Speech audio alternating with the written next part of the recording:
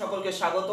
আর স্বাগত জানিয়ে আমরা শুরু করছি দিক কোসাইন এবং দিক অনুপাতের উপর ভিডিও আপলোড। আর এখন থেকে আমরা যে ভিডিও আপলোড করছি সেখানে আমরা আত্মনির্ভর ক্লাস এই হিসাবে আমরা আপলোড করছি। আর এর নাম দেওয়ার একটাই কারণ হচ্ছে শিক্ষার্থী বন্ধুরা যাতে নিজেরাই প্রতিটি অধ্যায়ের অঙ্ক সলিউশন করতে পারে।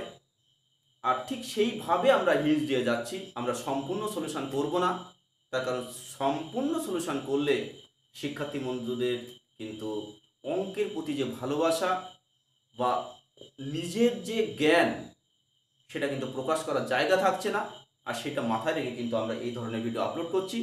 এর আগে আমরা কিন্তু কয়েকটি ভিডিও আপলোড করেছি, সেখানে বেসিক কনসেপ্ট, ম্যাথ সমাধান করার বিভিন্ন টেকনিক এবং হিন্টস বা আত্মনির্ভর ক্লাস আপলোড করা আছে।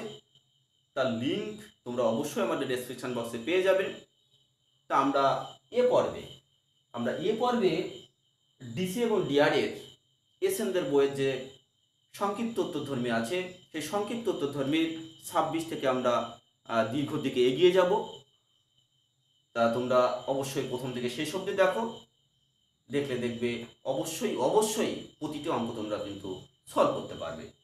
তা 26 দাগে যে অঙ্ক আছে, দুটি সরলরেখার মধ্যবর্তী সূক্ষ্মকোণের মান নির্ণয় করো যাদের দিক কোসাইন সমূহ নিচের সমীকরণ দ্বারা সিদ্ধ করে। এখানে 4টি অঙ্ক আছে, 4টির মধ্যে আমরা একটা আলোচনা করে দিচ্ছি, আর বাকি অঙ্কগুলো কিন্তু একই মেথডে এগিয়ে যেতে হবে। সেখানে কি বলা আছে, 2l plus 2m minus n সমান 0 একটা রিলেশন দেওয়া আছে, আর mn plus nm plus nn সমান 0 একটা রিলেশন দেওয়া আছে।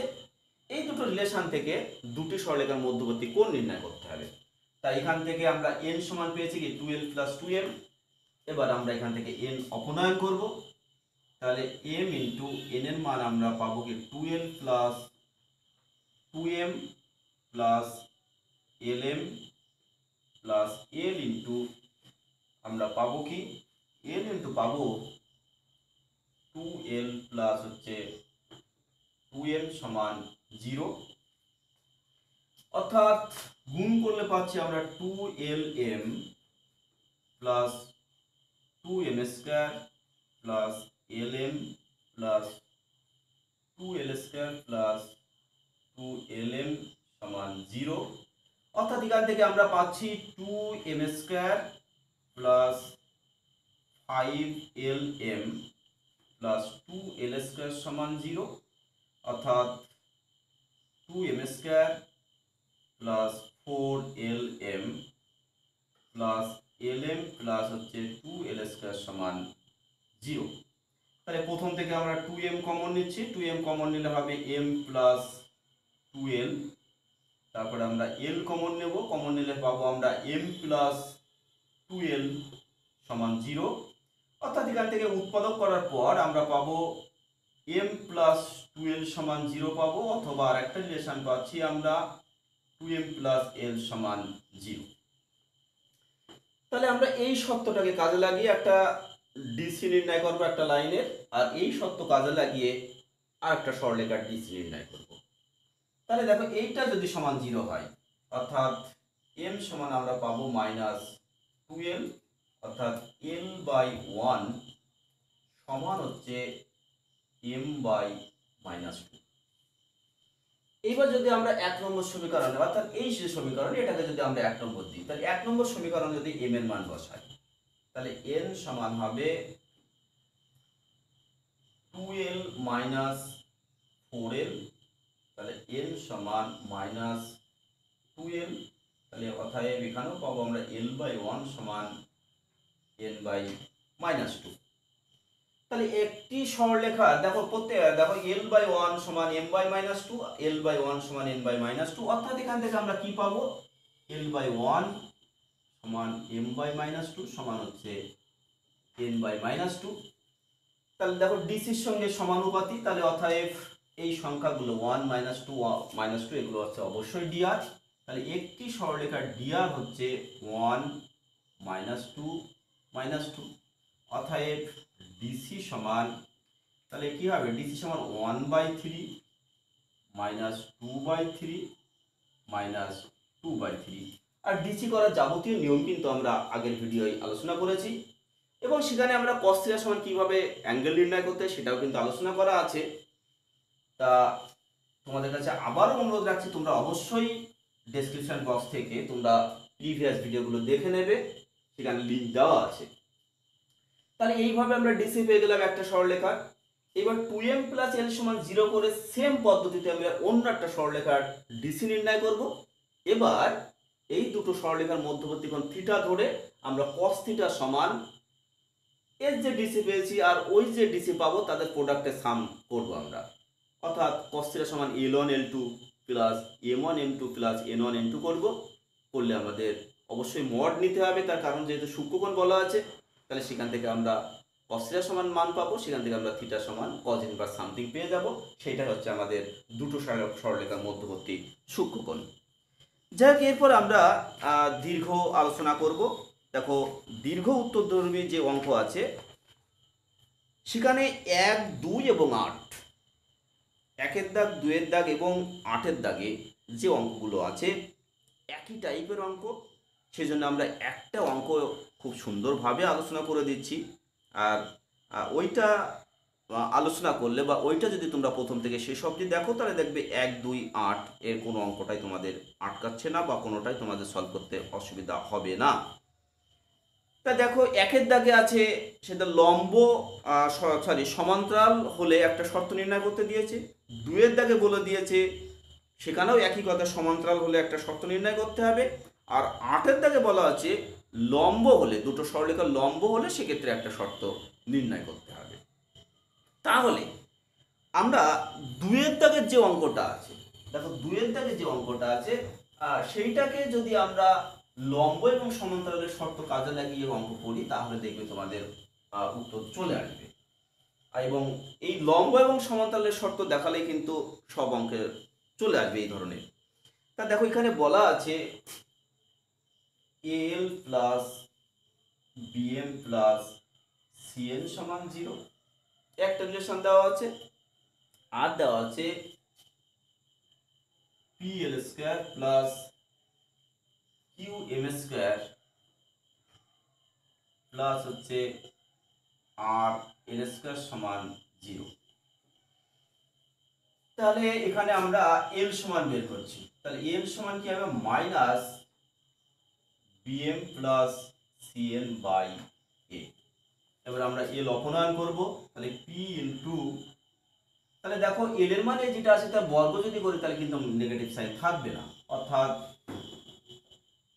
বিএম প্লাস সিএন তার হোল স্কয়ার বাই হচ্ছে A square plus Q M square plus R N square সমান হচ্ছে 0।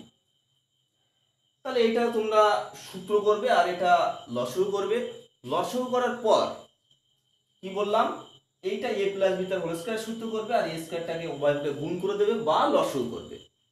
লসাগু করার পর তোমরা ফর্মগুলো এই নিয়ে আসবে, দেখবে M square something into M N plus something into N square সমান 0। এই ফর্মটা তোমরা গঠন করবে। গঠন করার পর উভয় পক্ষে এন স্কয়ার দিয়ে ভাগ করবে, তাহলে ভাগ করে সামথিং ইন্টু তোমরা পাবে কি এম বাই এন তার whole square plus something into পাবে M by N plus something সমান হচ্ছে 0। সাপোজ তোমরা পেয়েছো এইটা মনে করো ক্যাপিটাল এ, এইটা পেয়েছো মনে করো ক্যাপিটাল বি, এইটা পেয়েছো হয়তো ক্যাপিটাল সি। তাহলে এটা দেখো, এই যে সমীকরণটা পেয়েছি তাহলে দেখো এম বাই এন এর একটা দ্বিঘাত সমীকরণ।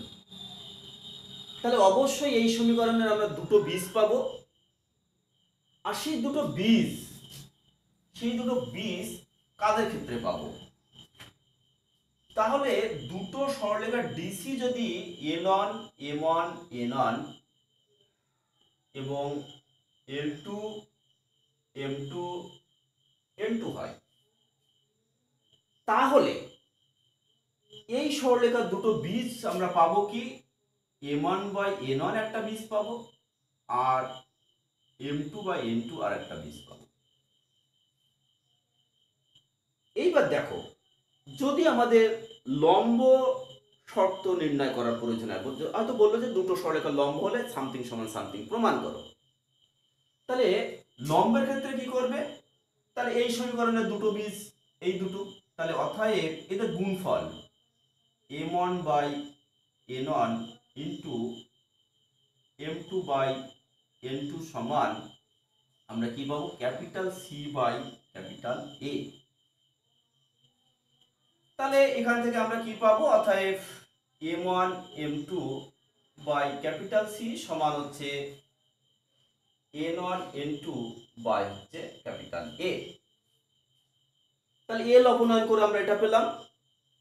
তোমরা হয়তো পরে এন অপনয়ন করলে, তাহলে এন অপনয়ন করলে তোমরা দেখবে একই রকম ভাবে তোমরা দেখবে কি পাবে? L1 L2 বাই হয়তো ডি আসলো সমান দেখবে m1 m2 বাই তোমাদের সি থাকবে। এখানে যা থাকবে এখানে কিন্তু একই চলে আসবে। তাহলে এবার কি হলো? তাহলে এইটা সমান এইটা সমান এইটা পেলাম। তাহলে কি বললাম? এইটা সমান এইটা সমান এটা পেলাম। তাহলে সেটা সমান আমরা কে ধরে নেব? তাহলে L1 L2 সমান KD, M1 M2 সমান KC, N1 N2 সমান KA। এবার এই দুটো সরলরেখা যদি পরস্পর লম্ব হয় তাহলে আমরা জানি কি L1 L2 plus M1 M2 plus N1 N2 সমান 0। তাহলে সেখানে মান বসিয়ে দাও, তারপর কে কমন নিয়ে আউট করে দাও, দেখবে তোমাদের রিলেশন চলে আসবে। এবার যদি সমান্তরাল থাকে, সমান্তরাল হলে কি হয়? আমরা জানি যে সমান্তরাল হলে L1 বাই L2 সমান M1 বাই M2 সমান N1 বাই N2 হয়। তাহলে যদি লাস্টের দুটো রিলেশন আমরা নিই তাহলে এখান থেকে আমরা কি পাবো? আমরা দেখো পাচ্ছি M1 বাই N1 সমান পাচ্ছি আমরা M2 বাই N2, অর্থাৎ সমীকরণের বীজদ্বয় পরস্পর সমান। আর সমীকরণের বীজদ্বয় সমান হলে কি হয়?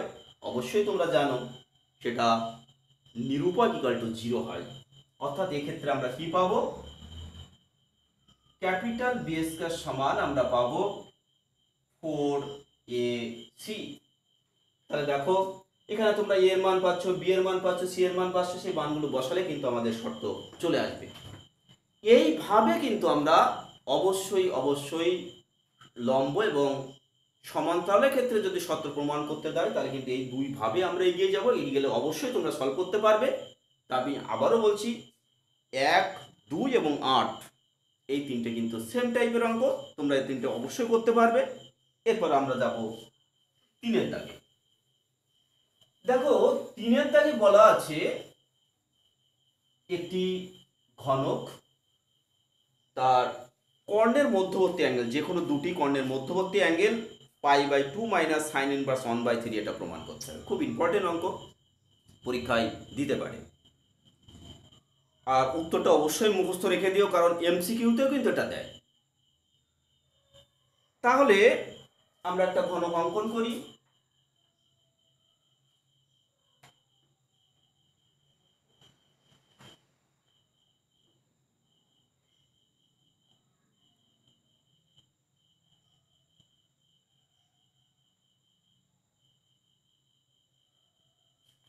তাহলে আমরা এই ঘনক পেলাম, এটা ও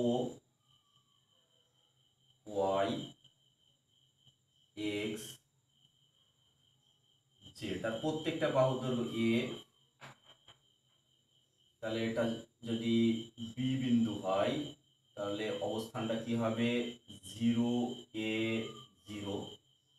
এটা যদি এ হয় তাহলে এটা হবে A 0 0। এটা যদি সি হয় পাবো আমরা 0 0 A 0 0 A।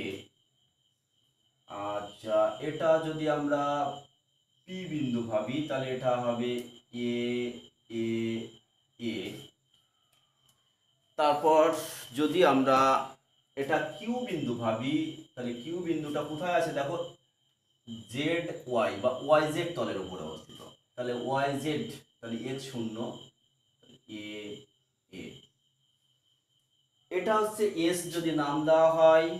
আর এক্ষেত্রে দেখো এটা কি এক্স ওয়াই তলের উপরে, তাহলে এখানে জেড অবশ্যই শূন্য, তাহলে এ এ শূন্য। আর এটা আমরা আর ধরে নিচ্ছি, তাহলে আর বিন্দুটা জেড এক্স তলের উপরে, তাহলে এক্স আর ওয়াই শূন্য এ। তাহলে এটা মোস্ট ইজি অঙ্ক। তাহলে তোমরা প্রথমে কি করবে, অবশ্যই তোমরা ওপি এর ডিআর নির্ণয় করবে, ওপি এর ডিআর নির্ণয় করবে, তারপর সেখান থেকে তোমরা ডিসি নির্ণয় করবে, একটা গেল। তারপর তোমরা এ কিউ এর ডিআর নির্ণয় করবে, সেখান থেকে ডিসি নির্ণয় করবে। ওপি এর ডিআর, তারপর হচ্ছে এ কিউ এর ডিআর এবং দুজনের ডিসি। এবার ডিসি পাওয়ার পর তোমরা ধরে নেবে যে ওপি এবং একিউ এর মধ্যবর্তী কোণ থিটা। তারপর তোমরা কস থিটা সমান সূত্র করবে, কস থিটা সমান অবশ্যই L1 L2 plus M1 M2 plus N1 N2 এই সূত্র করবে। করার পর তোমরা থিটা সমান নির্ণয় করবে, তা থিটা সমান তোমরা পাবে কি cos ইনভার্স 1/3 পাবে। আর আমরা জানি কি cos ইনভার্স x সমান π/2 মাইনাস sin ইনভার্স x, তাহলে এটা হবে কি π/2 মাইনাস sin ইনভার্স 1/3 প্রমাণ চলে আসবে। এরপর আমরা যাব 4-এর দাগে। এই একই ফিগার থেকে কিন্তু 4-এর দাগের অঙ্ক করতে হবে। এই একই ফিগার থেকে 4-এর দাগে কি বলা আছে যে একটা ঘনক, সেই ঘনকের কর্ণ চারটির সঙ্গে যে কোনো একটা সরলরেখা যদি আলফা বিটা গামা কোণ, আলফা বিটা গামা এবং ডেল্টা কোণ উৎপন্ন করে।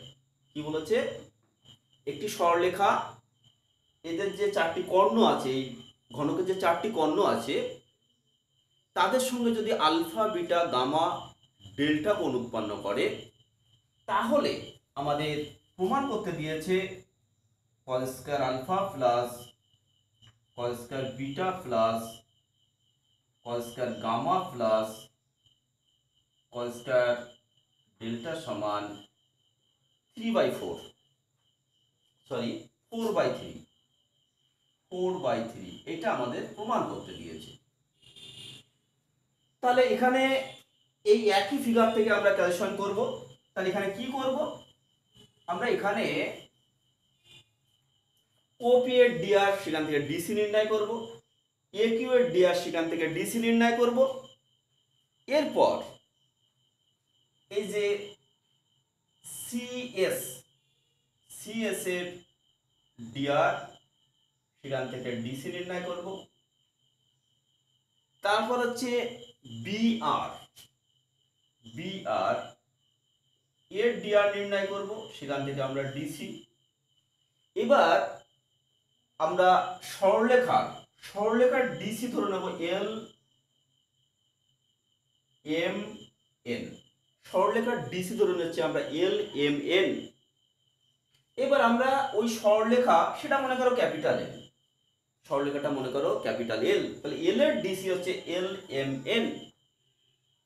এবার ওপির সঙ্গে ধরো এল হচ্ছে আলফা কোণ উৎপন্ন করেছে, এ কিউ এর সঙ্গে এই সরলরেখা হয়তো বিটা কোণ উৎপন্ন করেছে, সিএস এর সঙ্গে গামা কোণ উৎপন্ন করেছে, আর বিআর এর সঙ্গে হয়তো ডেল্টা কোণ উৎপন্ন করেছে। তাহলে আমরা কি ধরলাম যে এল সরলরেখা ওপি এর সঙ্গে আলফা কোণ উৎপন্ন করে, এ কিউ এর সঙ্গে বিটা কোণ উৎপন্ন করে, সিএস এর সঙ্গে গামা কোণ উৎপন্ন করে, আর বিআর এর সঙ্গে ডেল্টা কোণ উৎপন্ন করে। তাহলে এবার আমরা তো জানি, এবার cos আলফা সমান আমরা সূত্র করব, কারণ এখানে ডিসি পেয়ে গেছে আর এই ডিসি এল এম এন আছে। তারপর cos বিটা সমান নির্ণয় করব, তারপরে cos গামা সমান নির্ণয় করব, তারপরে cos ডেল্টা সমান নির্ণয় করব। তারপর আমরা এই চারটি বর্গ করে সমষ্টি করব, চারটির আমরা বর্গ করে সমষ্টি করব, অর্থাৎ cos square alpha plus cos square beta plus cos square gamma plus cos square delta সমান আমরা করব। করলে দেখবে আমাদের অতি সহজে 4/3 চলে আসবে। এইভাবে তোমরা এগিয়ে যাও, এগিয়ে গেলে অবশ্যই তোমরা সলভ করতে পারবে। এরপর আমরা আসছি 5-এর দাগ।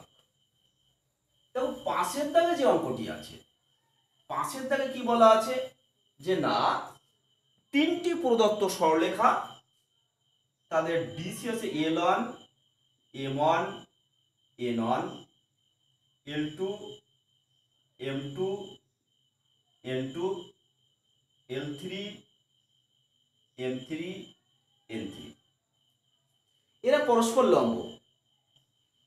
তাহলে যেহেতু এটা ডিসি, তাহলে L1 square plus M1 square plus N1 square সমান 1 পাবো আমরা L2 square plus M2 square plus N2 square সমান 1 পাবো L3 square plus M3 square plus N3 square সমান 1।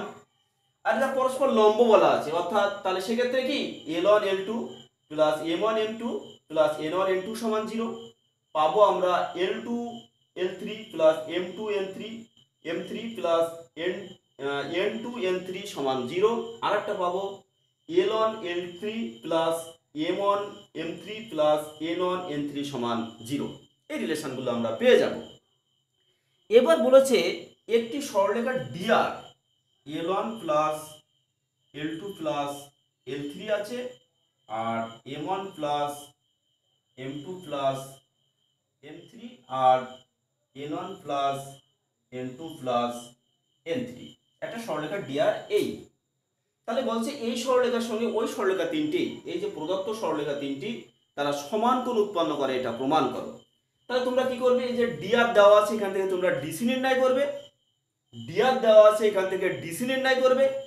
আর এবার ধরবে যে এই সরলরেখা এর সঙ্গে আলফা কোণ উৎপন্ন করে, সেখান থেকে কজ আলফা সমান সূত্র করবে, আর সেখানে কিন্তু এই মানগুলো কিন্তু ইউজ করবে, এবং এখানেও কিছু মান বলে দিয়েছি সেগুলো তোমরা কিন্তু অবশ্যই ইউজ করবে। তারপর এই সরলরেখা এর সঙ্গে হয়তো দেখা হলো বিটা কোণ উৎপন্ন করে, সেখান থেকে কস বিটা সমান সূত্র করবে। আবার এই সরলরেখা এর সঙ্গে গামা কোণ উৎপন্ন করে ধরে নেবে, সেখান থেকে কস গামা সমান সূত্র করবে। দেখবে তিনটে ক্ষেত্রেই কিন্তু একই মান চলে আসবে। তাহলে আশা করি তোমরা অবশ্যই সমাধান করতে পারবে। এরপর আমরা 6 দাগের অঙ্কটা আলোচনা করব। আর 6 দাগের অঙ্ক আলোচনা করার পর আমরা এ পর্যন্তই রাখবো, কারণ 6 দাগের অঙ্কটা আলোচনা করে দিলে আশা করি তোমাদের প্রত্যেকটা অঙ্ক সলিউশন কমপ্লিট হবে। তা 6 দাগে বলা আছে, 6 দাগে বলা আছে যে এ বি সি ডি একটা সামন্ত্রিক, এ বি সি ডি একটা সামন্ত্রিক। এ বিন্দুর স্থানাঙ্ক আছে 0 0 0, বি বিন্দুর স্থানাঙ্ক বলা আছে 3 -4 4, সি বিন্দুর স্থানাঙ্ক দেওয়া আছে 7 1 4। তাহলে বলা হচ্ছে ডিআর এর সাহায্যে তোমরা অবশ্যই ডি বিন্দুর স্থানাঙ্ক নির্ণয় করো। তাহলে আমরা ডি বিন্দু ধরে নিলাম এক্স ওয়াই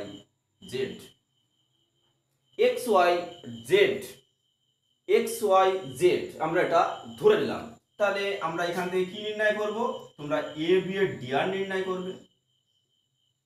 তাহলে এ বি এর ডিআর কি পাবে, 3 -4 4, 3 -4 4, কারণ কি 3 -0 -4 -0 4 -0, সেখান থেকে এটা চলে আসবে। সেখান থেকে তোমরা সিডি এর ডিআর নির্ণয় করবে। তাহলে এর ডিআর কি পাবে, তোমরা পাবে x - 7 y - 1 z - 4। আবার এডি এর ডিআর নির্ণয় করবে। তাহলে এই যে এডি ডিআর নির্ণয় করলে তোমরা সেখানে পাবে x - 0 y - 0 z - 0, অর্থাৎ x y z। তারপর তোমরা করবে কি বিসি এর ডিআর নির্ণয় করবে। সেক্ষেত্রে পাবে তোমরা 7 - 3 আর 1 - 1 প্লাস 4, 4 - 4, অর্থাৎ এক্ষেত্রে হবে 4 5 0। তাহলে এবার কি করবে, এই দুটোর অনুপাত, এইগুলোর অনুপাত তোমরা অবশ্যই পরস্পর সমান করবে, অর্থাৎ 3/এটা সমান -4/এটা সমান 4/এটা করবে। তাহলে সেখান থেকে পাবে কি 3/x-7 সমান -4/y-1 সমান 4/z-4, এই একটা রিলেশন পাবে। আর এরা দুজন যেহেতু সমান্তরাল, তাহলে এখানেও এরা সমানুপাতি হবে, অর্থাৎ x/4 সমান y/5 সমান z/0। তাহলে এবার দেখো এখান থেকে আমরা যদি প্রথম আর লাস্ট যদি আমরা সমান করি, তাহলে দেখো x/4 সমান হচ্ছে z/0। তাহলে কোনাকুনি গুণ করলে এখান থেকে আমরা পাবো z সমান 0। তাহলে এখানে আমরা z সমান 0 পেয়ে গেলাম। এবার তোমরা এই দুটো সমান করো, তারপরে এই দুটো সমান করো, এইটা আর এইটা, এই রিলেশন দুটো সমান করো, করে z এর মান 0 বসাও, বসা দেখো y পেয়ে যাচ্ছ।